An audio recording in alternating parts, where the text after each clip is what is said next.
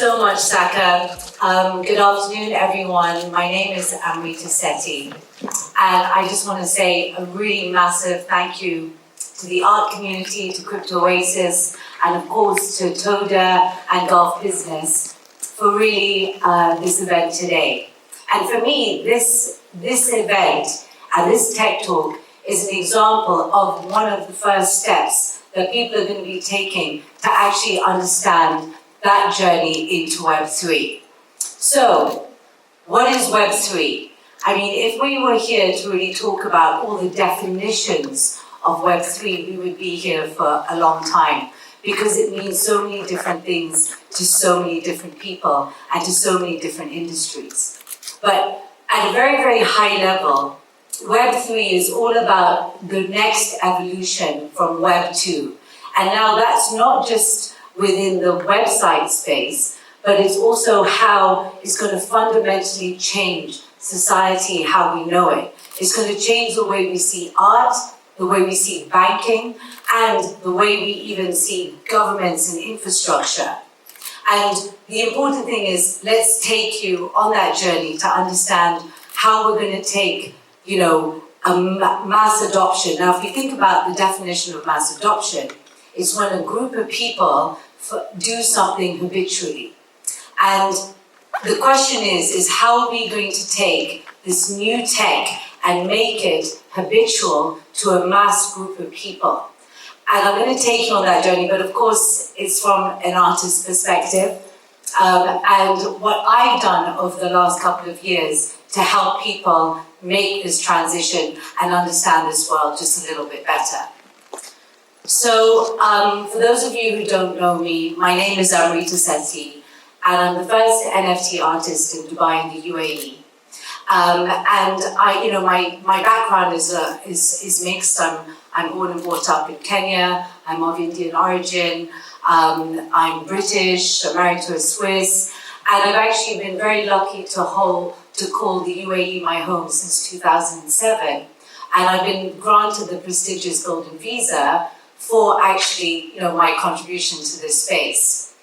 I also created my own art genre called Soundbites. And at a very quick point, all it is me saying a word and capturing the shape and structure of a sound wave, and then drawing each of those lines to match the meaning of the word. So this is my own journey. I went from being fringe. So I was a banker turned artist. And I wasn't originally always into NFTs, I was an artist first. For those of you who've walked in today, you might have seen some murals on, in the souk. My name is actually here. I've painted 3 murals when you walk in, and also from the parking lot. And those were all the days when I didn't know what NFTs were. And so you'll see those artworks, and they've got QR codes, but they're not linked to NFTs. They're just linked to trying to tell the story. So then I discovered NFTs, and I said, well, this is amazing. And I went from understanding, when you're in the fringe of something, and it's a bit like I felt like when I found other people who started to understand what I was talking about. It felt like before rock and roll became famous, we were meeting in weird coffee shops in Dubai and having shisha, and I was inviting people to my home, and we were discussing about what does this new technology mean and how is this going to impact people, because we felt that there was something there. And then so that's where the frontier bit comes, and I feel we're very much in this space. And I would, the people who are looking to understand, who are looking to break the boundaries, you guys are those people, the ones who are sitting here today. This is very frontier stuff already. And now the question is how do we take it to the familiar?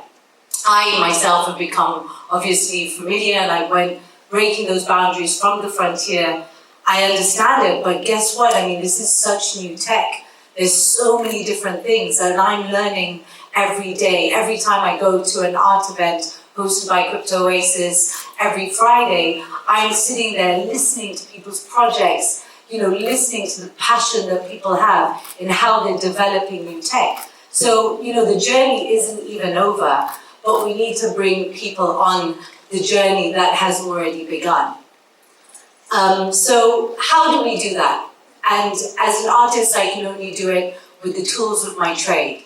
Now, if we look back at the history of art, and it's always been, artists have been the ones who have captured the signs of those times. It's captured what is the story at the time, and they used, sculptures, art, theatre, play, and music to actually get people to come and experience it, to show them that this was going to be the next way that we're going to see things. They changed the minds of people by putting new images into those minds of those people and allowing them to experience it. And so the way I thought is that because I was here for a while, I kept telling people about NFTs. I kept telling people this is going to change the way artists interact. This is going to change the way we're going to create art. But I got tired of telling people, so I thought I'm just going to show people instead. And I'm going to tell the story. And I was very, very lucky that, that March 2021, there was a massive push notification to the whole world.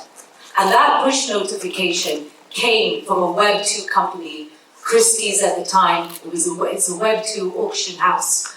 And they sold an artwork for $69 million. And that got into the main media. And that was the crypto or the Web3 or the blockchain space saying, guys, we're here, the world, now pay attention. And so my whole art concept is based on flipping around the concept of a picture is worth 1,000 words. My whole concept of sound bites is a word is worth 1,000 pictures. And so because everybody kept coming to me and saying, okay, now we're listening, what is an NFT? But they were saying it more like incredulously, like, what the NFT? I actually decided to take that word and actually make an artwork of it in my style to tell the story and capture the sign of that times. So we can bring people who don't understand about it into this space through art, through imagery. And so what this art shows behind me is it says what the NFT, for example, within the sound wave, but actually if you look at the images, it's everything reflecting, things like I wanted to show the new images, the new characters, whether it's crypto pumps, crypto kitties, rare pepes, introducing Sophia the AI robot, introducing the 69 million, people who sold his work, who was then bought by an avatar called Metakovan, who later on revealed himself to be of Indian origin. And I think this is also what the Web3 space, and this is where the journey, I think, is actually extremely interesting, that we're moving into a journey where it's a little bit more of a meritocratic system. It's fundamentally going to change the way we reorganize our global community, that people who do have different colored skin, brown people, people from all around the world, will also be known to be seen as being the future millionaires. That people, as long as they've got internet in their hands, they're able to also access and be part of a new movement. That also from a female perspective, that you can then be integrated into this new language, that you don't need to be left alone, left behind, and that you become part of a new fabric of society. That is actually at a very deeper level, but actually at a very higher level is a lot more decentralization and where the movement of Web3 is actually heading to. So what I wanted to actually show is that, okay, here's the art, it's unlocking new creativity. And it couldn't be more true for my own art style, because my art style is based on sound. Sound is dynamic. When you have a 2D flat art experience like you have behind me, I have to still tell the story. I still have to be here and explain what it is and why I put words like chill and huddle and asking, why is it just a JPEG? But what I wanted to do is I took it from 2D animation and then I took it into 3D animation, because people, if they want to come along with the journey, you need to take them into another world. You need to show them that NFTs are unlocking a creativity that we haven't seen before.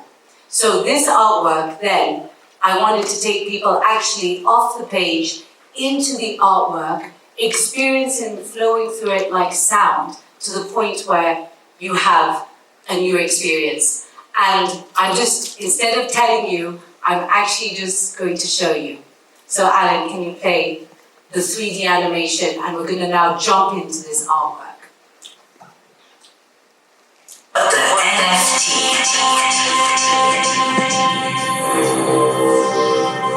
Wow. Ethereum, Bitcoin, blockchain, voice note art. Traditional art, revolution, democracy, paradigm shift. Experience it in a whole new way. Here to stay. New world. Our world. The future.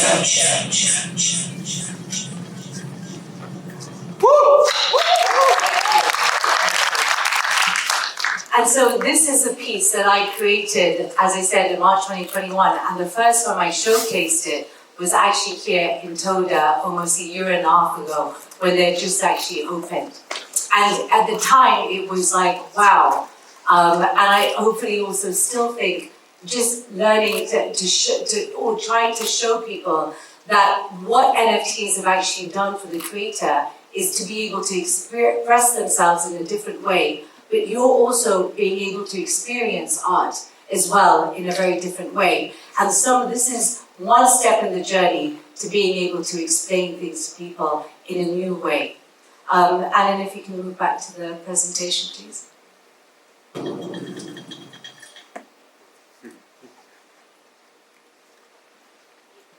So yeah, and obviously Saka mentioned earlier, the mural that I painted, the DIFC. For those of you, since you're in Dubai, I do recommend you go check it out. It's at the Innovation Hub. But here again, as any big brand would tell you, the importance of storytelling. And when you have stories, you have new characters, and those characters create new narratives. And I'm a big believer in the fact that if you want to change the story, or you want to tell people a new narrative, you've got to tell a new story. And with this, with having Future NFT Dubai, it's taking that one step there. Introducing figures like MetaMask Man, or a man in a VR head glasses, or Bitcoin, Ethereum, words like DeFi. These are things that, even though people, may not understand it at first, they'll see it, they'll start to familiarize it with themselves, and then when the whole community, or when other people are actually adding to this information, then they start to familiarize themselves a bit more with it.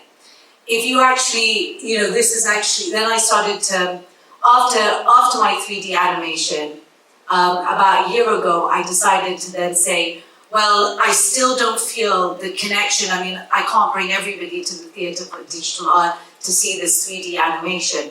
How else can I get people to experience the art and to be part of it, and take that one step forward for them to actually understand what this revolution actually means, to even just experiencing that flip in how we're going to see art. So this is actually an augmented reality. If you scan that QR code, I don't know if you probably will be able to do it if you're sitting at the back, so I'll just show you what it looks like, because that actually activates the augmented reality, and actually if you wanted to see it, you can go to the wall and try it. But it kind of does this. If you can play the video, please. So that's the wall over there, and then you can see the whole wall actually just pops out at you when you go to scan it. And so then all of a sudden, this mural is not just a normal mural, it's something that people can experience. And then it's showing again that additional dimensionality.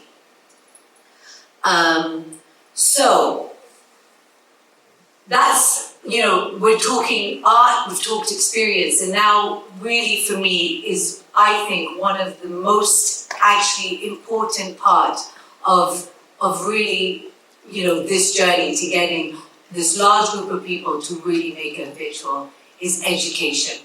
Education, education, and education. There is just, I do my part. I have these little videos that I make, which I call bite-sized tutorials. But it's definitely not enough. I mean, people have different forms of tech that they use. Everybody comes from different backgrounds and experiences, different tech levels, different ways of which they manage tech, whether you're an Apple user, this user, and their interaction with it is a very, it's a very complex concept. And so, you're taking already new tech that's still being developed, that is very complex, and you're having to explain it in a way to a large group of people who are quite set in their ways, and they only want to also use what they need to use, if that makes sense, because they've got so much information overload. The first thing that I think really needs to kind of be changed in this space, and I know we've all been there, is the tech terminology. And so, NFT, I mean, seriously, non-fungible token, like what is that, right? And I remember when I first started, I never for 1 minute thought that NFT would be a word. Like when I was doing presentations before, and to anyone who had actually listened to me, I was calling it digital art, right? And so, so this is where the problem is you've got these very strong terms like NFTs, DeFi, dApps. All of this is actually just even that is becoming a bit of a scary point to people for them to enter into this market. And I think that, there's such amazing technology, but the issue again here is that people are talking a lot about the features of what that tech can do. So it's a wallet, you can buy cryptocurrency, digital exchanges, and everyone's just like, whoa, how does all of that work? And it's a matter of just taking those features and actually doing what we've done in the Web2 space very well and turning them into benefits. Like, what would be the advantage? Web3 is all about you being able to own your own data so that you're not giving that up to, the Facebooks and the Instagrams of the world or whoever, and that you're not giving it to the custody of other people. Is you are being able to own your own data. This concept of digital ownership, being able to have wallets, that is all you need to explain to people what would be their benefits. With art, being able to have different art experiences, being able to trade your art differently, not being able to have to lug your art from one part of the world to the other, that easiness of trading. So there's all these other things that people have to be taught in a way to take them from that journey. Now, tech is a very interesting thing.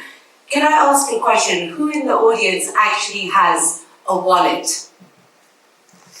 Okay, so there's a lot of people already in this room that actually has a wallet already, right? And so, but we know, those who do know that, who have had a wallet, you still had to go on that journey to actually understand what it means to have a wallet, open it, the difference of, opening an exchange, then transferring money, then buying an NFT, or whatever the case is, whatever you've been using.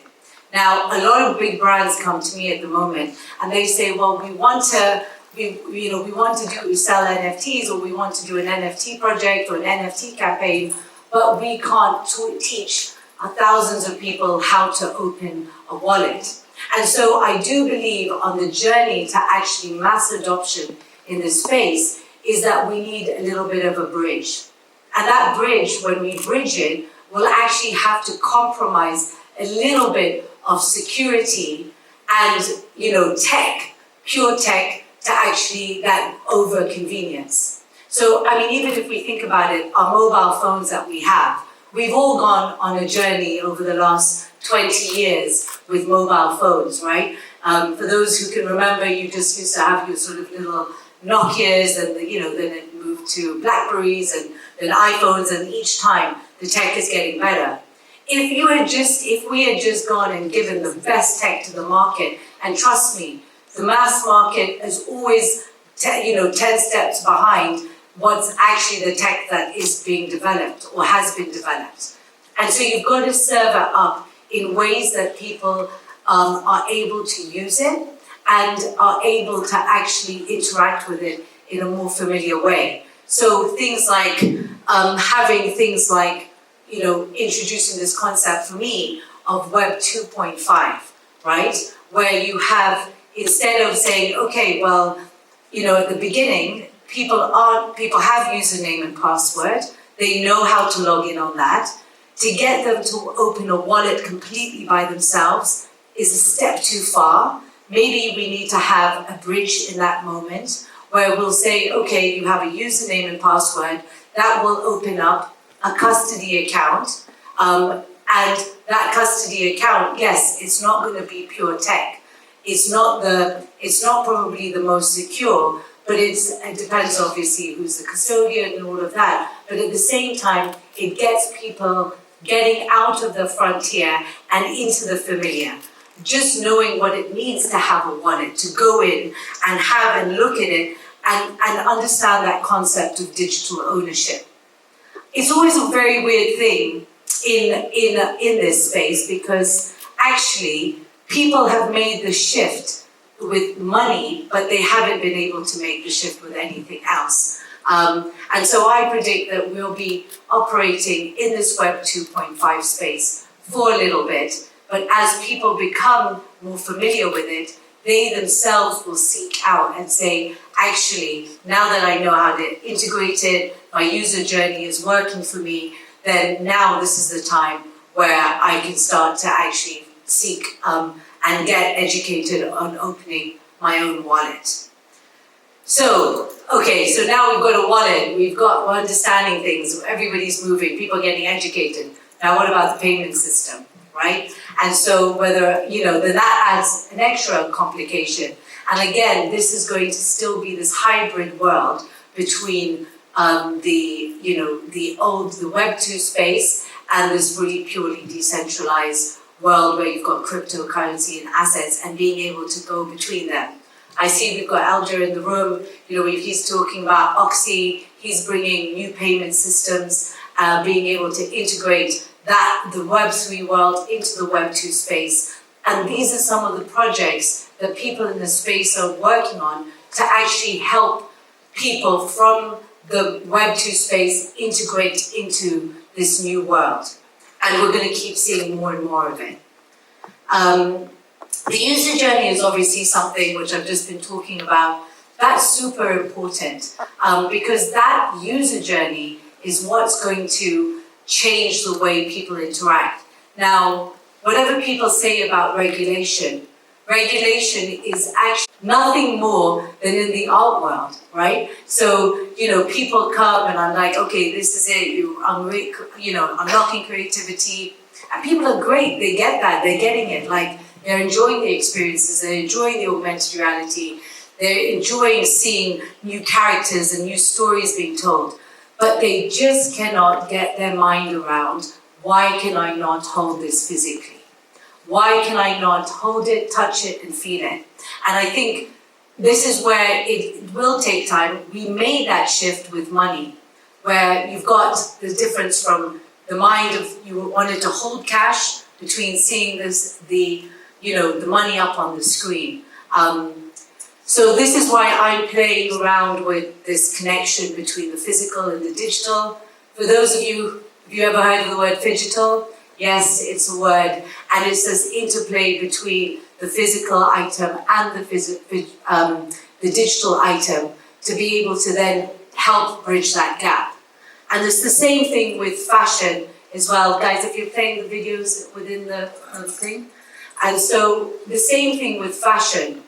Fashion is also always been intrinsically linked with art and being able to then interact and interplay how you can actually have a physical art, say clothing, whether it's a hoodie, how you can experience that, and then how you can actually link that back to an NFT, or through even the clothing. And those are the bridges that I think will help people understand.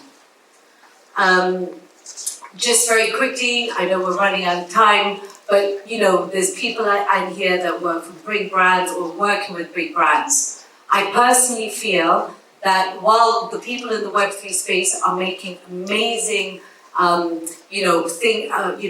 movements forward, it's really going to be some of the power of the big brands who already have thousands of communities, who are able to reach many people. If they get it right in the education piece, that's, I think, going to be some of the biggest movers. Have brands been getting it completely right up until now? No, I don't think so. But I think that's also because the people who are launching these campaigns are not well enough versed in Web3. And then secondly, they're not also,